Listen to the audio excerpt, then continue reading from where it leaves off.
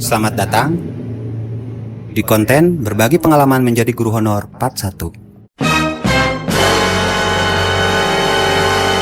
Pada video kali ini, saya akan menceritakan sepenggal pengalaman saya yang sudah menjalani karir kurang lebih selama 12 tahun menjadi seorang guru honor. Pada saat itu, sekitar tahun 2015, ketika awal-awal saya menjadi seorang guru honor, ada sebuah kejadian di mana ada seorang siswa kami yang meninggal dunia. Dan seperti biasa, saya beserta peralatan guru datang bertakziah ke rumah almarhum. Pada saat itu, kebetulan posisi duduk saya itu bersebelahan dengan ibu almarhum. Dan pada saat itu kebetulan juga saya melihat ada seragam almarhum yang tergantung di tembok. Mungkin di paku bekas dipakai sebelum almarhum sakit.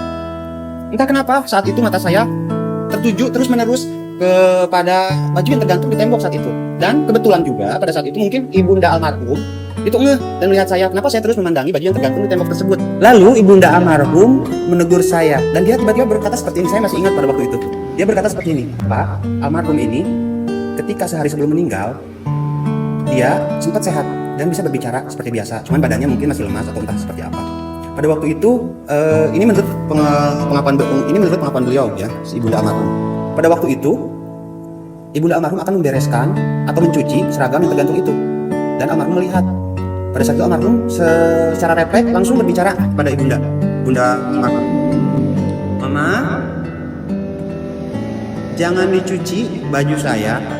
Insya Allah besok saya sehat dan besok saya akan sekolah. Saya ingin sekolah." Kata-kata itu saya tidak akan pernah lupa. Ini menurut dari apa yang disampaikan oleh ibunda almarhum.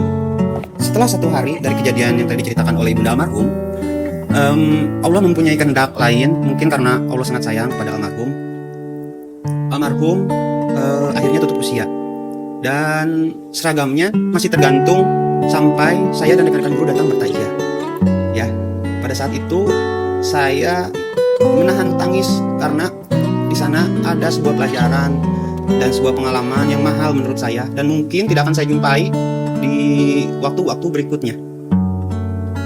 Jadi untuk anak-anak Bapak, ya, hikmah dari kejadian barusan itu, Bapak hanya bisa berpesan, anak-anakku, di setiap waktu pasti terdapat kejadian di dalamnya. Tetapi tidak semua kejadian yang kita bayangkan di masa depan itu akan selalu sampai pada waktunya. Jadi, jangan biarkan waktu berlalu tanpa usaha, karena waktu hanya akan memberikan hasil bagi mereka yang menjemputnya. Ya, meski semua sudah digariskan waktunya, tapi pertanyaan Bapak, apakah cukup dengan hanya main-main waktu kalian dihabiskan? Karena patut kalian ingat, waktu yang tepat hanya akan bertemu dengan orang yang sudah memiliki persiapan yang baik. Jadi jangan sia-siakan waktu kalian. Ayo belajar dengan semangat.